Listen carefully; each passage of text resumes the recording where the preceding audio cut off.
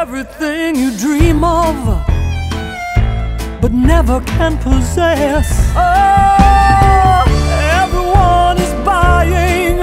Put your money. Hey guys, welcome back to my channel, and today I'm going to do something a little bit different. I'm going to do a makeup inspired by Sofia Loren, which she is very famous for the 60s, and I love the 60s. I love watching the movie Hairspray and the musical. I think it's just such a fun era, and they were so experimental with everything and just having fun. And so today I wanted to recreate the looks of Sofia Loren. So I'm first starting off by using a white eyeliner. I'm just going to put that in my waterline and also create a wing on the outer side. Once I've done that, I'm going to take a fluffy brush with a transition color, and I'm going to put that into my crease, and I'm going to make a depth into my eyes. I'm going to do this because I don't have a crease because I have monolids, but if you already have a crease and if you already have a natural shadow, you can go ahead and skip this step if you would like. Now I'm taking a flat blender brush. I am using MAC 217.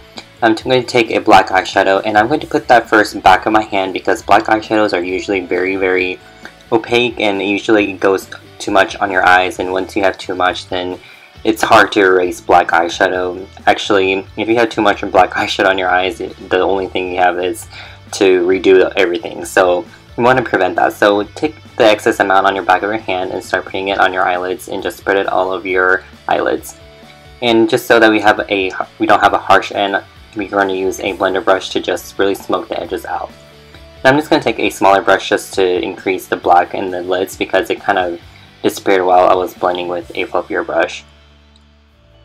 Once we got that, we can go ahead and go to our black eyeliner. Again, I'm going to use some Beige eyeliner because this is the best eyeliner if you have monolids like I do or hooded eyes, because these dry very quick and they don't transfer, which is very helpful. So I'm just going to draw a very thin line on my actual eyelids, and then once I got to the wing, I'm going to place it above my eyeliner. And on the edge, I want a very crisp and sharp line, so I'm going to change into a liquid liner, which is my Rimmel London. Again, this one is not quick drying as the BH one, but again, this is a liquid one instead of like a felt tip like BH's. So this is a very nice product though, because it's very easy to work with, and this is the very first eyeliner I ever bought when I first started makeup a couple of years ago, and I still love it to this day. Now I'm going to do the same thing on the bottom lash line. I'm going to line it with my BH1, and then whatever's not sharp enough, I'm just going to go over it with my liquid liner from Rimmel London. And again, on the edge, we're going to really clean it up, and we're just going to go around the first white eyeliner that we placed, and this creates the signature eye look for Sofia.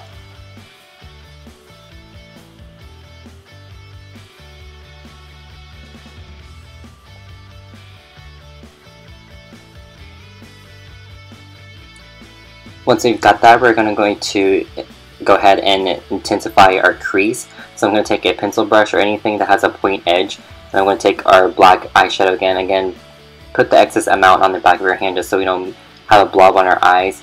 And once we've done that, we're going to put that directly into the crease. We're going to connect that into the wing as well, and I'm going to take a smaller blending pencil brush, and I'm going to really smoke out that line just so we don't have a harsh line. But you don't want to smoke it out too much because we still want to see that line on the crease. And this creates an illusion of just, well, first of all, it just looks really fun and graphic, and two, it's the signature look of Sofia, and three, it makes your eyes look way better. And I just think this is a very fun look, and also, but it's very sexy at the same time. And even though this was a makeup look that was trendy in 60s by Sofia, I think this is still very wearable, which is I think it's very innovative and awesome at the same time. For my lashes, I wanted my eyes to look very glamorous, just like Sofia's, so I'm going to use my trusty House of Lashes Iconic. And what I'm going to do is, on the end, where I'm not going to place it directly into my lash line, I'm going to bring it up a little bit higher. I actually am over-exaggerating it, putting it about 3 millimeters above my actual lower lash line.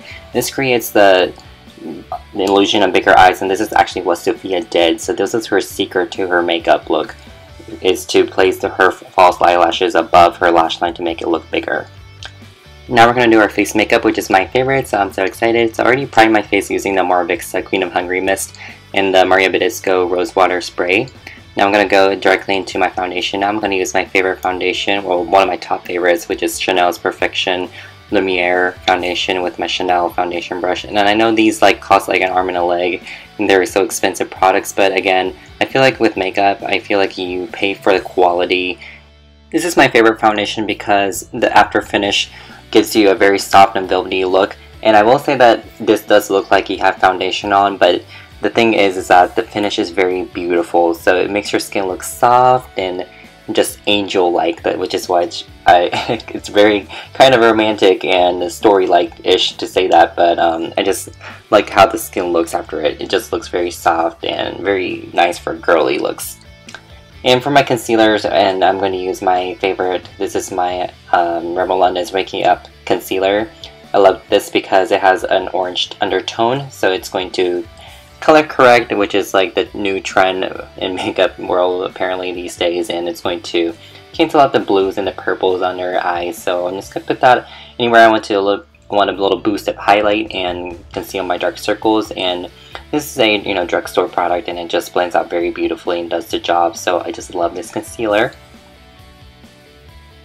And for my powder, I'm going to use this new powder from Charlotte Tilbury, which is bomb. I love this powder. Like, you guys heard me say this in Snapchat and also on this YouTube channel as well, but Hello Flawless powder was my ride or die for these past few days or a few months. But now that Charlotte Tilbury has taken over, I have to say that it is so much more amazing than Benefit. I hate to say that because it's so expensive, but the packaging is beautiful, and most importantly, the product itself.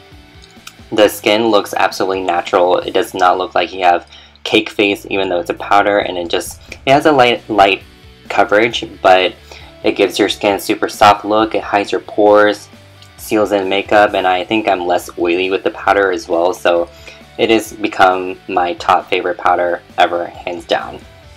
For my mascara, I'm going to use my Carbon Black from L'Oreal. I just want my lashes to be very black and elongated, so I'm just going to put that on my lower lash line.